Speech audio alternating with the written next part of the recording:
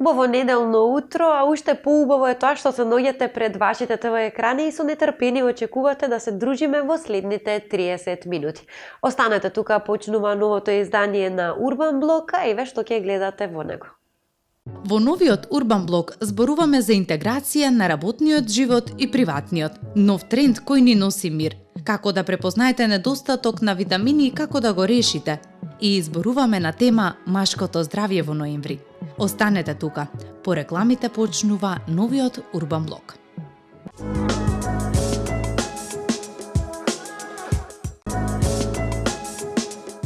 Ноември го означуваме како месец на машкото здравје. За таа цел во следните неколку минути низ едукативен разговор со нашите стручни соработници од Центарот за биоинформатика Ревит виделиме неколку интересни совети на оваа тема.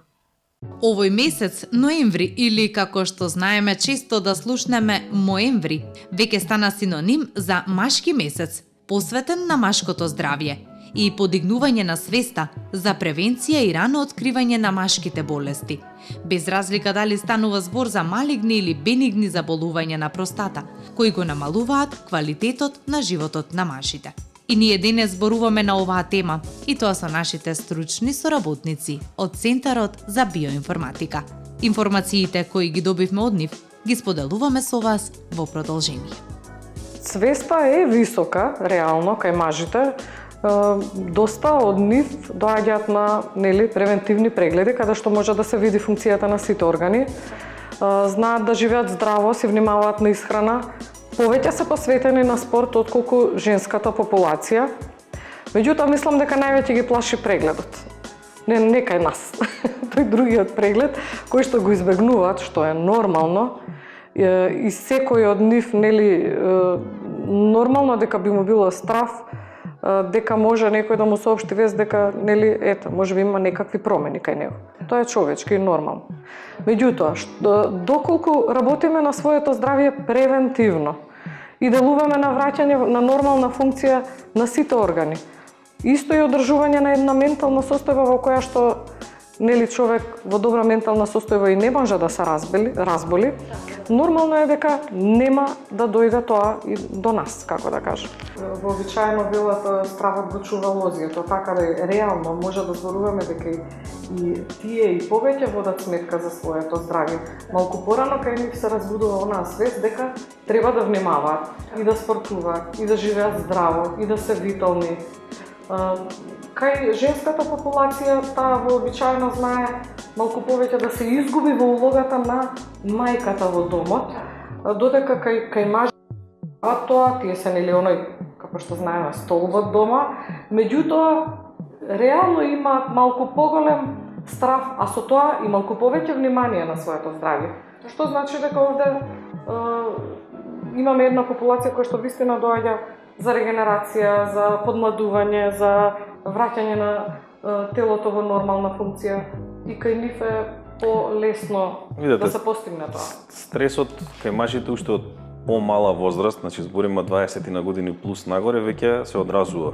Затоа е како да кажеме, таа наметната, условно кажано, свест, каде што ни повеќе сакаат да си го одржат тоа здравје, си или одржат во основа. Почнува порано денеска, значи стресот влие на психоемоционалната состојба на мажот, тоа се рефлектира на неговото здравје. Така да, мислам дека од тој аспект веќе почнуваат на порани години луѓето да водат внимание и сметка.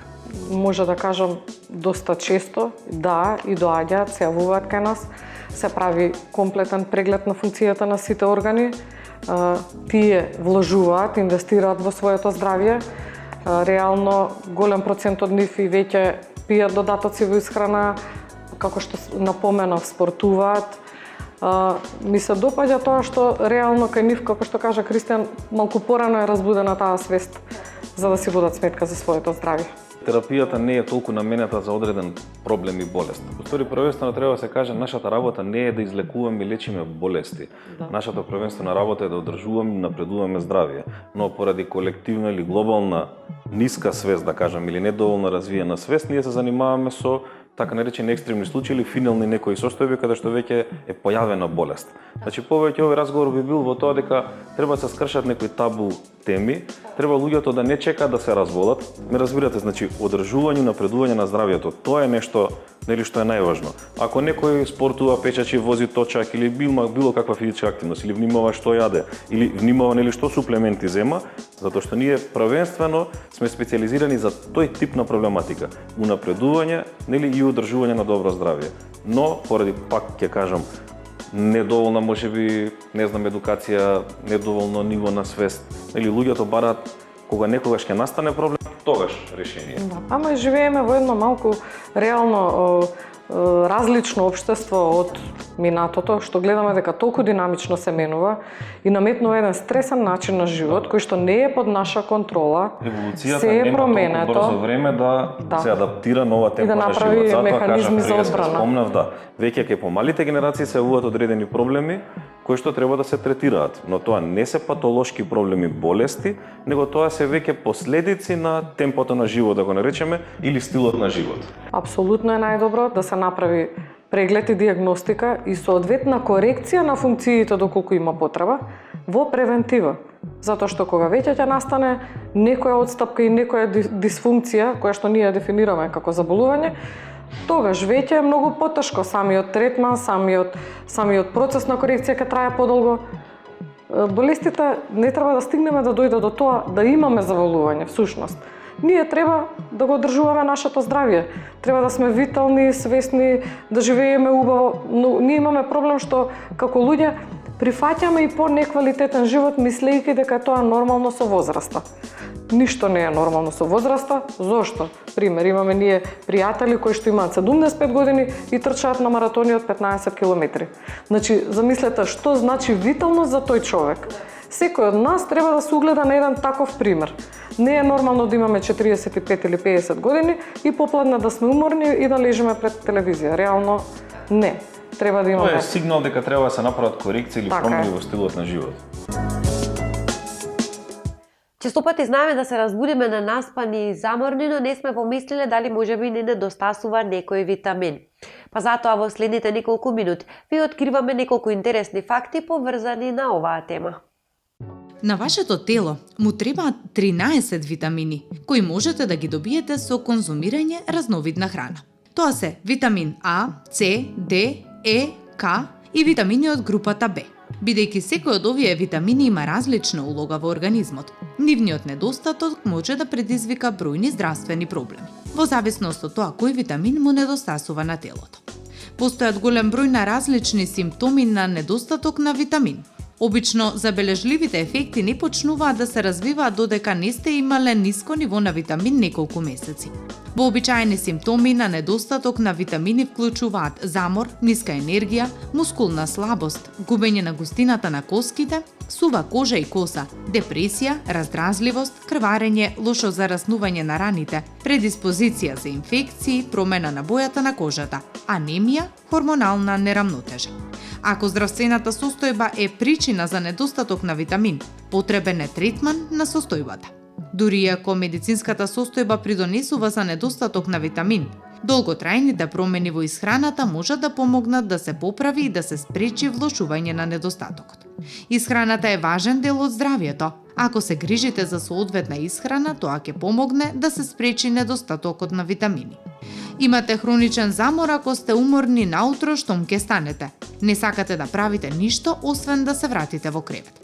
Со голема тешкотија ги извршувате секојдневните задачи кои порано ги извршувавте без проблем. Немате доволно витална енергија, безволни сте, нерасположени, се чувствувате нервозни, исплашени и напнати. Ова накратко би биле симптоми на хроничен замор. Кога станува збор за хроничен замор, причините можат да бидат различни. Кога имате премногу обврски на работа, а работното време го поминувате во нездрава средина полна со напнатост и стрес, дома ве очекуваат семејни обврски и проблеми кои секојдневно треба да ги решавате. Се храните лошо, не можете да јадете редовно, а храната што ја конзумирате обично брзо се приготвува или купува и не содржи доволно количество витамини и минерали потребни за нормално функционирање на организмот. Сето ова може да биде потенцијална причина за хроничен замор. Хроничниот замор се јавува полека и постепено и трае долго. Може да биде присутен со години и е толку упорен, што со текот на времето се навикнуваме да функционираме под таков товар. Свесни сме дека тоа не е добро за нашето тело и дека сериозните хронични болести може да произлезат од бенигниот, честопати безопасен хроничен замор. Стресот кој секојдневно го доживуваме остава видливи последици. Иако денес многу болести се препишуваат на стрес и емоционална и физичка напнатост, едно е сигурно – стресот е поттик за сериозни органски заболувања и една од причините за хроничен замор. Хроничниот замор што не придружува од ден на ден, без разлика колку спиеме, можеби не е резултат на стрес и обврски, ниту пак вечен виновник за метеоропатија, но може да укажува и на недостаток на одредени витамини. Дали сте постојано исцрпени во последно време? Ако одговорот е да, можеби е време да проверите дали имате недостаток на железо, витамин D или витамин B12. За да функционира нашето тело, потребни му се есенцијални хранливи материи, соединенија кои не ги произведува самостојно во доволни количини, но кои се неопходни за негово функционирање. Меѓу нив се овие 3 микронутриенти, витамини и минерали кои ни се потребни во многу мали количини, но без кои едноставно не можеме да функционираме. Имено на нашите тела им се потребни микронутриенти за извршување на широк спектар на функции, како што се поддршка на имунолошкиот систем и производство на енергија. И на крајот, тие се едноставно неопходни за целокупното здравје. Дури и секој трет во особата веројатно има недостаток на железо. Анемијата е особено честа кај жените со менструација, бидејќи загубата на крв може да ги исцрпи резервите на железо во телото. Недостатокот на железо може да предизвика анемија или само општ замор, а може да влијае и на нашиот имунолошки систем. Околу 35% од нас имаат дефицит на витамин D, што понекогаш е тешко да се идентификува, бидејќи не мора да имате очигледни симптоми. Сепак многу е важно од време на време да се проверува нивото на овој витамин, бидејќи подоцна во животот, особено кај жените во менопауза, може да предизвика проблеми со коските. Околу 15% од луѓето имаат недостаток на B12, а еден од симптомите е дефинитивно заморот. Бидејќи B12 првенствено се наоѓа во месото, јајцата и млечните производи, недостатокот на овој витамин може да биде особено присутен кај веганите и вегетаријанците. Затоа, доколку не консумирате месо и млечни производи, проверувајте го нивото на овој витамин на редовни прегледи. Најдобар начин да се осигураме дека ги добиваме потребните микронутриенти е преку врамнотежена исхрана. Тоа значи дека почнуваме да јадеме секакви видови храна: мешунки, цели зрна, млечни производи, јаткасти плодови, семки и масла, постно месо, морска храна. Можеби ќе сакате да размислите и за земање на дневен мултивитамински додаток, особено ако сте во групата над 50 години. Имено како што старееме, бројни фактори може да го отежнат нашето тело да ги абсорбира хранливите материи, почнувајќи од редовна терапија со лекови до промени во телото предизвикани од старењето. Но пред да вклучите додатоци, многу е важно сепак да се консултирате со вашиот лекар. Живееме во навистина брзо и стресно време и честопати ни се случува да немаме ниту работно време доволно, ниту пак слободно време. А како да ги усогласите овие две работи ви откриваме во следните неколку минути. Денес работата и приватниот живот се толку испреплетени, што е тешко да се каже каде завршува едното, а каде започнува другото. Особено што работата од дома, од куински маси и дневни соби стана честа опција. Замаглувањето на границите помеѓу работата и домот уште повеќе го отежнува воспоставувањето на рамнотежа помеѓу работата и приватниот живот, што е предуслов за ментално здравје и задоволство. Бидејќи исцрпеноста како една од најчестите секојдневни болести виси над нашите глави, психолозите и службите за човечки ресурси дојдоа до ново решение – интеграција на работата и животот. Како изгледа и што ни носи интеграцијата на работа и приватниот живот? Тоа значи дека не правите строга граница помеѓу деловните и приватните обврски, туку ги усогласувате за да работат заедно, рамо до рамо. Наместо строго да ги разделите работното време од личниот живот, вие ги мешате на начин што ќе ви овозможи да бидете продуктивни, но и да се фокусирате на личните работи без стрес. Например, може да направите пауза во текот на денот за да завршите некоја домашна работа или да отидете на лекар, а потоа да се вратите на работа. Целта е работата и животот да не се во конфликт, туку меѓусебно да се поддржуваат и надополнуваат. Овој пристап дава поголема флексибилност и контрола во текот на времето, но бара добра организација и самодисциплина, за да се избегне работата да ви го преземе целиот ден. Накратко, интеграцијата помеѓу работата и животот е начин да ги балансирате двата дела од вашиот живот, за да не се мешаат еден со друг, туку да си помагаат. Прво, тоа ви овозможува да посветите подеднакво внимание и на работата и на приватните работи, за да не мора да жртвувате само еден дел од животот за другиот. Позитивно влијае на вашето ментално здравје и целокупното задоволство. Второ, оваа флексибилност ви дава поголема контрола врз сопственото време, што ја зголемува вашата самодоверба и чувството дека сте господар на вашиот ден. Трето, кога избирате кога да ги извршувате вашите задачи, полесно е да ја вклопите работата во вашиот ритам, така што ќе станете попродуктивни и поефикасни. Четврто, за работодавците и тимовите овој модел носи поголема мотивација и ангажираност на вработените, што директно се рефлектира со подобри резултати. И конечно, интеграцијата го олеснува балансирањето на неочекуваните ситуации, како што се итните семени работи или непланираните задачи на работа, бидејќи имате слобода брзо да реагирате без стрес. Сето ова заедно го прави интегрирањето на работата и личниот модерен и реален пристап, кој подобро го следи современиот начин на работа и живење. Лесно може да се случи границите помеѓу работата и приватниот живот целосно да исчезнат, а работата да навлезе во вашето слободно време. Ова често води до преоптоварување и исцрпеност, бидејќи нема јасна пауза од обврските. Флексибилноста што ја носи овој пристап бара добра самодисциплина и организација. Без нив лесно можете да западнете во хаос и чувство дека ништо не добивате како што треба.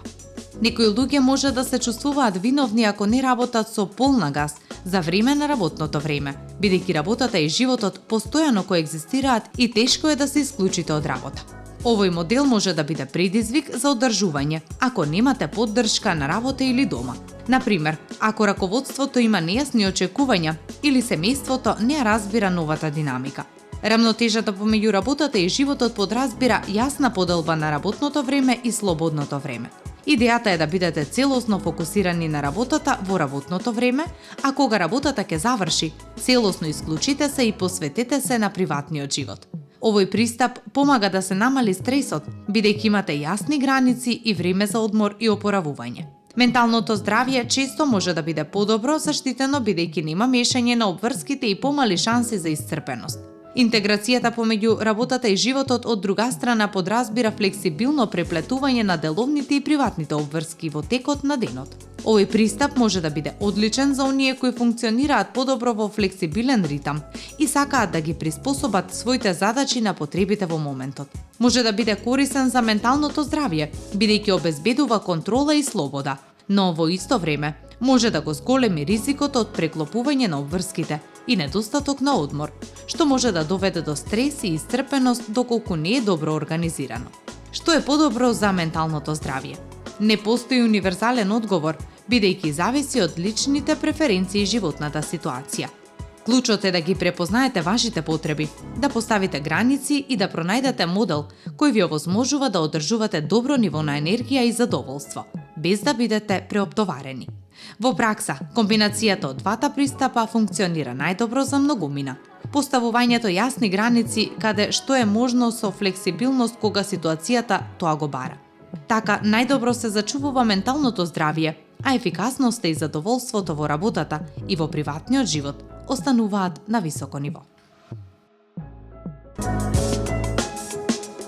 Во зима нема ништо поубаво од студено спуштање по белите падини и сончење среде снежните врвови.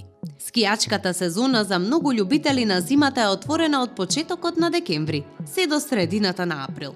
Па ако уживате во зимските спортови и сте во потрага по место на кое ќе го поминете зимскиот одмор, а сакате оваа година тоа да биде некое ново место, ние имаме неколку предлози за вас во продолжение.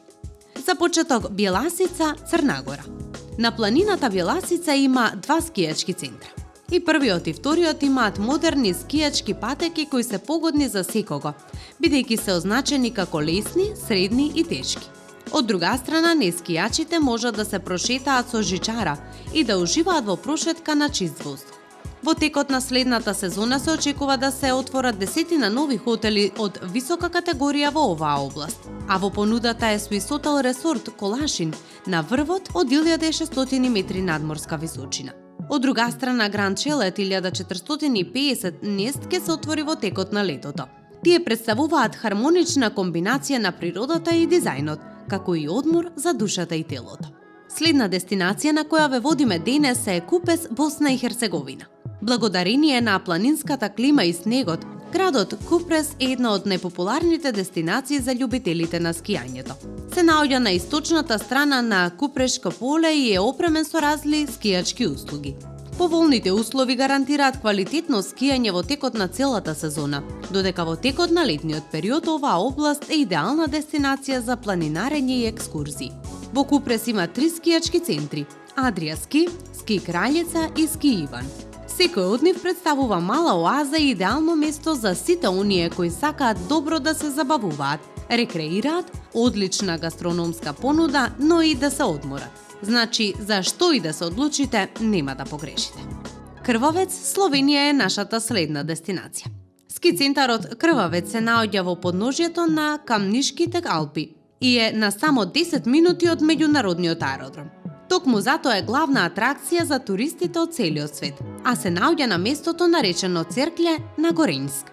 Висината на која се наоѓа ски центарот дозволува сезоната во некои случаи да трае до средината на пролета. Покрај тоа на оваа локација има и бројни други знаменитости и локалитети кои можат да се посетат за многу краток временски период. А доколку решите да поминете продолжен викенд токму тука, викендицата помеѓу смреките, наречена Мес Смреками, е идеално сместување кое е обкружено со недопрена природа и бројни удобности, кои овозможуваат максимална удобност. И за крај на овој прилог ве носиме во Платак, Хрватска. Платак е подеднакво привлечен во секое време од годината, но особено кога започнува зимскиот период. Тоа е семеенски центар во близина на Риека и е единствениот во Хрватска со прекрасен поглед на морето од неговиот врв. Меѓу погодностите има и бројни патеки, како и различни школи за скијање и други вештини, како сноуборд. Исто така, дел од богатата понуда се организирани шеталишта, игралишта и површини за скара и излети. Токму затоа, оваа локација е идеално место за сите оние кои сакаат да побегнат од секојдневната гужва и да се одморат барем на неколку дена. Па, зимата е се уште пред нас. Која дестинација би бил вашиот избор за оваа година? Што и да одберете, нема да погрешите.